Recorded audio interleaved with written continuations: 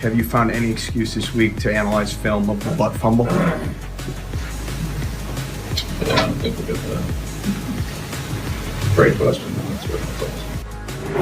Today, Swaggy's big night. Take that, Iggy. French Montana ain't making no shots. Okay, really? Yeah. RG3 at a crossroads. Boom, boom, boom, boom. We don't own that. We don't own that? We don't own that. All right, I will Not yet. stop. I will stop. Dat Dudes is back. Just the best segment ever in television history. Really in the history of life. Yeah, I Think get about that. it. I get that. Plus Bartolo on a scooter. Those poor tires. Oh, it happens. Bless him. This is Sports Nation starts right now. Sports Nation is presented by Toyota. Oh, it's Thanksgiving Eve. Gobble, gobble, gobble, gobble, gobble, gobble, gobble. Welcome. I thought you were trying to do a wet This willy. is our Friday. You were wet willies up in here. You had a random rope. Did you say wet willies? Huh? Did you say wet willies? No. I said you're not giving me a wet It's like I willy. wanna bet. A little inside joke. You got to move his hair to the Inside joke. Y'all are never going to know what we're talking about. I That's went good full TV. Matrix on you. Sean Merriman's here, by the way, in case you did not realize there's a fourth. Yep. It is almost Thanksgiving. This is our Friday. It is your Friday. Let's enjoy it. And let's talk about some stuff. All right. Turn my swag on. I'm done. God. I'm Come on, Mama. Come You know better what, with guys? that. I'm going to leave. Turn my swag on. Swaggy P won a game in the most swaggy P of all ways. He actually stole the ball from a teammate, got the game-winning three, topped it all off with D'Angelo Russell's ice in the veins celebration. Lakers are above 500, and they might make the playoffs. Here's Swaggy. Play with design for somebody else. Yeah, you kind of stole the pass from Lou. You know that, right? Yeah, I think they should have put, give me a steal for that, So Baxter Holmes writes, the shot marked one more example of Young's remarkable turnaround from his past two seasons. Only a few months ago, he believed the Lakers would trade him. Now he's in the Lakers starting lineup and considered one of their best perimeter defenders and most reliable scorers. Is this young man turning into a real basketball player? Well, I wasn't against him necessarily. I mean, some players just take a little bit longer to become what they're supposed to become. Look at J.R. Smith. I mean, he too was sort of kind of like a crazy guy, gunned a lot. Now he's a valuable player of a championship-winning team. So I think he's always been a real player, but now he's becoming a rely-upon player. Yeah, I mean, you think about this guy 3 years ago, before Byron Scott, averaged 18 points for the Lakers, had a tremendous season, was in the running for Sixth Man of the Year. So he's been a good player in the NBA before. With that said, has he ever been a leader? Has he ever been someone you can count on? This is interesting. He's a veteran. He's a guy who's been through the fire. He's a guy who's had all the experiences down and out and resurrecting his career. If I'm a young guy on that team, I look up to Nick Young. You do? I look up to him because this seems like a guy who's got Just it. from age? Yeah, and you know, He's played well, too. He's played. He's played a lot actually longer rent than the a lot car. of these guys. But another thing too, Luke Walton coming here, I think that really helped him out a lot by having a former player there that he can relate to. I've been going to the games and I can see these guys on the sideline, and there's a different energy. It is. There's Get him, Mama. There's You're not feeling this? there's a different energy. Stole a pass from a teammate. If that had not gone Okay, in, I we'd did be say like, that. what a clown. No, that's a good thing. If you're a Laker fan, you're happy because Lou Williams didn't want that moment. I learned in football, know Lou attack the Williams didn't ball. want that In moment. football, they say attack the ball. If it's a 50-50 ball, whoever wants it most is the one that goes and gets it. Go, Nick Young. Speaking of football, he's also a pretty good running back, because had you take a look at the number of steps that he took in order to get the shot up. That's a lot. It's a lot of shots. Did you count four? I counted five, to be honest. What do you mean? I think, and all kidding aside, we gave up on traveling a long time Look ago. at that. It's not a It's like thing. he's on Dance with the Stars. Traveling, that's like schoolyard. Like It's not a traveling rule in a anymore. schoolyard. No, They don't do that Yeah, you anymore. only They call don't traveling in the gym. Yeah, Hold on. right, yeah. Traveling is like Traveling. 3.5 Get your roll on. steps. Traveling is 3.5 steps. Traveling is like you switch pivot feet. That dude got the ball and ran 5 steps and then shot He it. just added a step just now. It's 5 steps now. Lou Williams did not want it, and I'm glad Nick Young went and saved the day. Y'all- But it could have been ugly. It could have been ugly. No, it probably could have been, and it has been before. It's not like we don't have past or history on this guy. Can we please just run the fun video, please? You're going to tell me He had that the ball. this dude is gone, What? What's and wrong that with now that? we have like this mature guy What's who wrong with the steals 720? passes for teammates. You've seen a 720 layup before. Stop that. Stop. Is that a 720? That was a 720. He tried it. I mean, yep, made it. Look, it's what? Steph Curry does that sometimes, no? Yeah, but it goes in. It goes in. A little different. Only the ending. 50-50 shot, it goes in.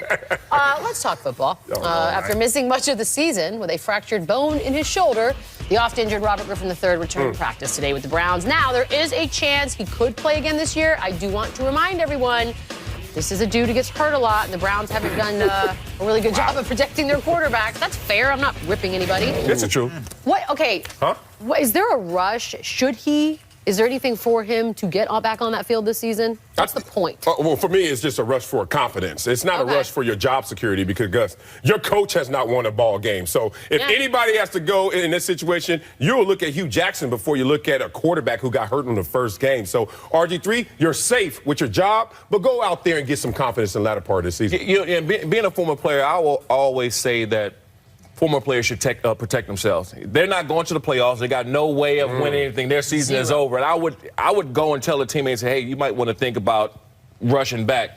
I think in RG3's situation, he has to play. He has to play. He has to get on the field because he might not be auditioning for the Browns next year. They might be coming in and cleaning house with everybody. You just don't know. So I think he has to get on the field and prove himself. If not, he might not have another shot. I agree. There is a reason why he's with the Cleveland Browns. Because nobody else wanted you, dude. Nobody else wanted you. So what does that mean? That they don't believe in you. And this was your one opportunity to tell the league that I'm back because you haven't been anything since your rookie year. And now you've just been sitting on the bench, and oh, by the way, there's a monetary reason for it as well. You're owed $6 million next season. You're in a political world, and as our president-elect says, that's a little truthful hyperbole right there, because he was wanted by others, the Jets. He went on the trips to the other teams. He went on some trips. Yeah, he went on trips. He's just what he demanded, what he wanted, and what he could get. What could have been if he'd gone to the Jets? I mean, let's not go all the way in on I could have gone to the Jets, but you know what? Let me get that worst team. Let me get that one. That's what I want. That's the scariest ones to go to. Seriously, that's the scariest ones to go to because you go to the worst teams and you don't perform well. That might be it for you. Could be you know what? I actually started the morning thinking, oh, it's depressing. What's the point? But you guys talked me into it. I feel like maybe he does need to get out there for his and branding. do something. For his branding and confidence, he needs to get out there. Heck yeah. Let's talk some Thanksgiving football, shall we? Washington rookie running back Robert Kelly's really, I don't know what that was, really come on for his team in recent weeks, but ahead of Washington's big Thanksgiving game against the Cowboys, he got a little too into the rivalry. Here's a listen. Redskins Cowboys, a big rivalry. I already know. For 40 years or more. What do you know about it? I know nobody here like the Dallas Cowgirls. Oh, the Cowgirls. I got you. It's funny because they're boys, but I call them girls. That's Shut the hell up, dude. He's on a football team named up the racial slur. Native American. That ain't his fault. We gonna say I'm not playing. And now here you are. You're gonna be like, I'm just gonna misgender because it's funny. It's not funny, man. Grow up. Yeah, the reason why I don't like that, for one, you're a rookie. I'll never forget the first day I put on pads, right? And the guy by the name of Lorenzo Neal, Hall of Fame fullback, pulled me to the side and say, hey, Rook, don't poke the bear. Oh. Don't poke the bear. What this young kid need to realize, don't poke the bear. Dallas is not a team you want to start doing that with right now. And two, don't forget, you might have to go to them one day. You might have to be playing for them one day. You have officially become media. You're sitting there acting like that right now. You're doing bench presses and getting prepared for the game. You're like, oh, he called us Cowgirls. Two more reps. You're going to do the same thing. If that was a proven guy, then you can accept a little bit different. But he's a rookie. He just started. Who cares if you're a rookie or you're a 10-year vet, all pro? It doesn't matter. It's just words. It's just names. If you're going to prepare, you're going to prepare. Cowgirls, more work. I think it's all like you wouldn't lay on him a little bit longer. I'm going to give him the business. It's not insulting. That forearm just going to lay there a little bit longer. I think that's the problem. It's like the weakest attempt at being the lowest funny hanging fruit. or so it's fruit on the ground. You know what? I was back on bus 14 in Trophy Club. That's just what happened. Ooh, you called a boy a girl. Everybody's going to fall apart now. Lock the lock. I don't think it's about boy and girl. It's just opposite. Most definitely boy and girl. I think that's when they say you run like a girl. Right. You throw like no, it's like lights out, and I say lights in or lights on or something like that. People do that. It's not. Do you want to edit it where we take that out of the rear? Off the tank we go. Waka waka waka block 'em.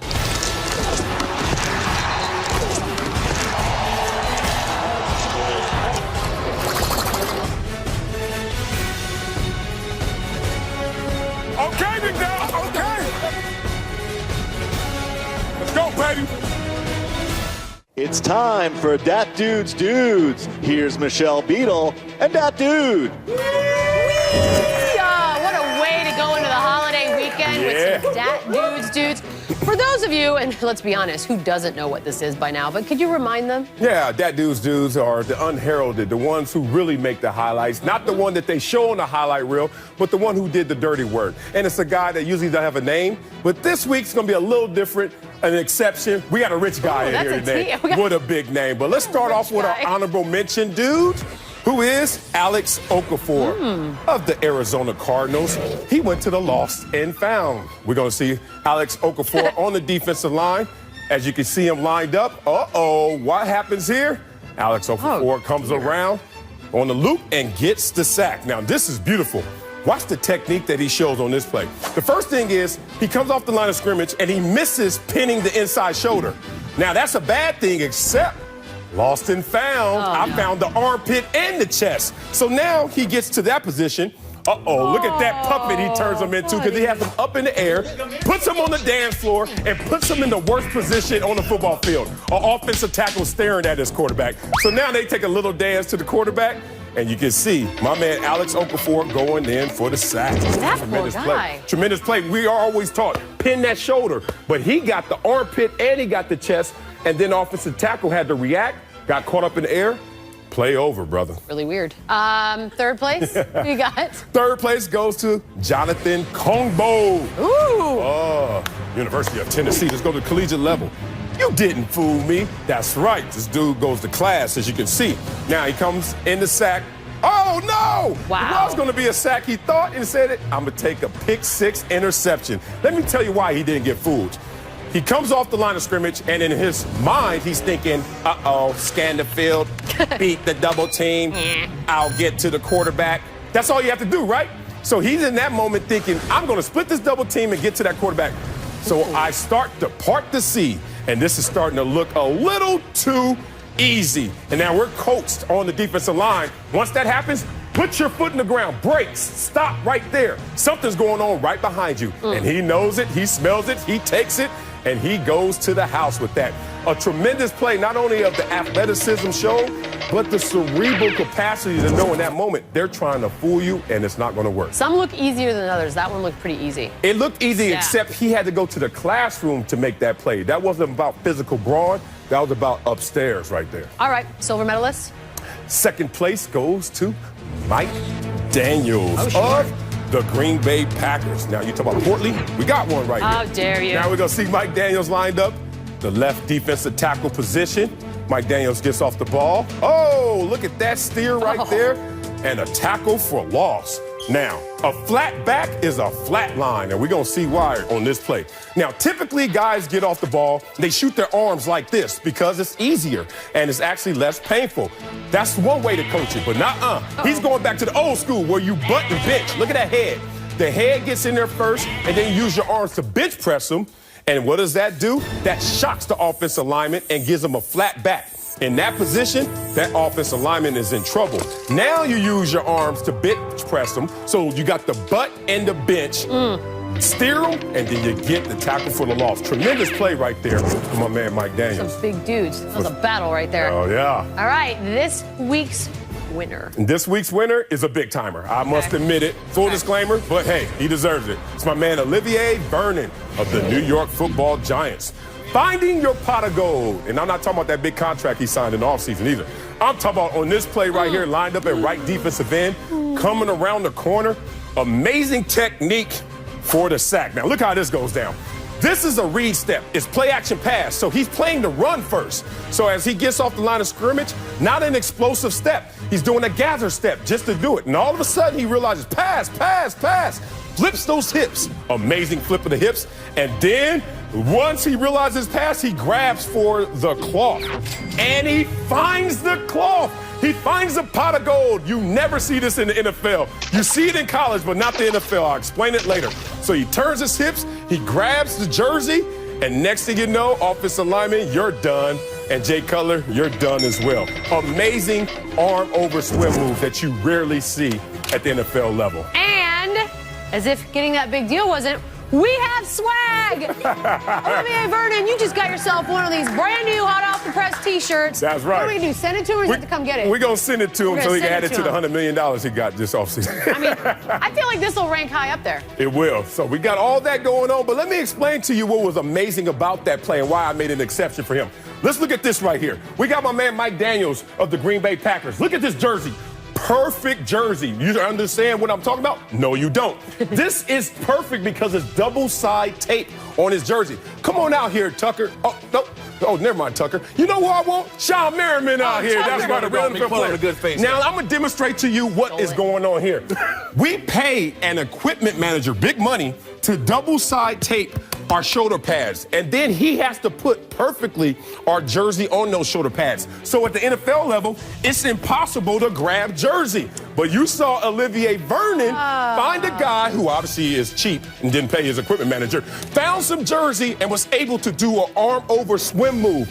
That works in college when you don't have money, but in the pros, it never supposed to happen. That was an amazing play, taking advantage of a guy. How much are you cheap. paying that guy? That was a good move. How much you paying? That was a great move. Like, what's normal? I don't want to say it. It should be a little more. It should be a little more than it I knew I was. should have asked you. How can people help you out with these? Oh, they could go online, go on Twitter, hashtag #ThatDudesDudes. Send in any level. It could be Pop Warner. We don't care. And maybe next week you'll be on the show and you can get a T-shirt of You your can own. get one of these. Is this free for me? Yeah, that's for you. Oh, we'll be back. First, E40 stopped by our show yesterday, talk a little NBA. Take a listen. Those are nice. I went on the old Google machine to learn about sprinkle me. Hey. As a phrase. Sprinkle me, man. And I'm probably making a fool of myself, and that's fine because that's what I do here. How do you feel about LeBron trolling your team? He been trolling my team? Yeah, very much so, yes. I ain't even been tripping. Hey, we'll see him I'll be courtside picking with him like I did, you know what I mean, on the last finals and whatnot. Russell Westbrook shows up, play the Warriors, and what in happened? a photographer's What happened to him? Y'all handled him, man. Westbrook is a great player, but we handled that. They did. They handled that, man. That was a very important game for us. Very. We lost the next game, but we, you know. It's all right. Y'all lost to the Lakers. Lost to the Lakers on top of them. How do you feel about Drake? Drake bumping into KD. Well, how do you feel about Drake anyways? But also bumping into KD. I rock with Drake, but Drake got to find him a team. Drake, find you a team, man. All over the place, man. You know what I'm saying? Yeah, I'm Warriors, man. Yeah. he comes to the Warriors games all the time. I'm just telling you. Yeah, he doesn't have a team, But really. he everywhere. He be at tennis games and whatnot. You know. This next piece of video is embarrassing for everybody who has to see it and who did it. This is Zaza Pachulia doing that. What say you? Oh. I didn't see no video. What happened? Sporting News is reporting that Under Armour lost about $600 million after Foot Locker said sales of Steph Curry's new shoe were a little softer than they expected. What do we do about this? I don't know. Let's go places. Time for Pulse of the Nation presented by Toyota. Here's Bernardo Asuna on the streets of Mexico City. Man, you really gotta get up early to take advantage of the day here in Mexico City before Monday Night Football. I hope Caro Padron hurries up to pick me up. Oh, there she is. Hey, Bernie, how are you Thanks doing? for getting up early. I'm doing well. It's I okay. appreciate it. Where do you want to go? I heard Xochimilco's good. Can I buy souvenirs there for George and Marley? Yes, of course. Vayamos juntos. Vayamos.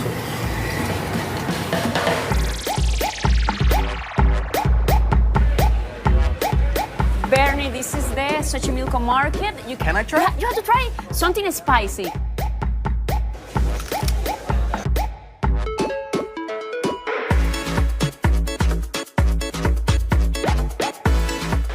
I am King Julian.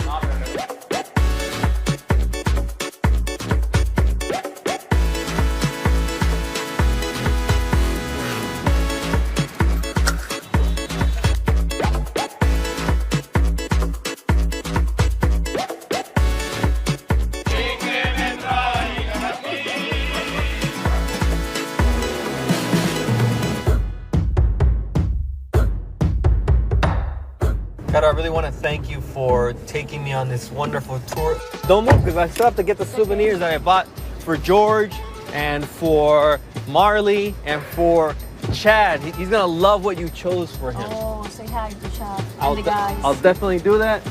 Gotta go to work. Bye. Drive safe. I don't even know. Winner, we have got one. Being thankful. Guys, what are you thankful for? Go. Everybody at once. Thankful for Alyssa and that dude's dudes. Thankful for my beautiful family. I got thankful for you guys. Thankful for you guys. My family, my dog. I have a great working. Oh, and I'm thankful for Gasoline. potato pie. I'm thankful for jury duty. All that. We're just thankful.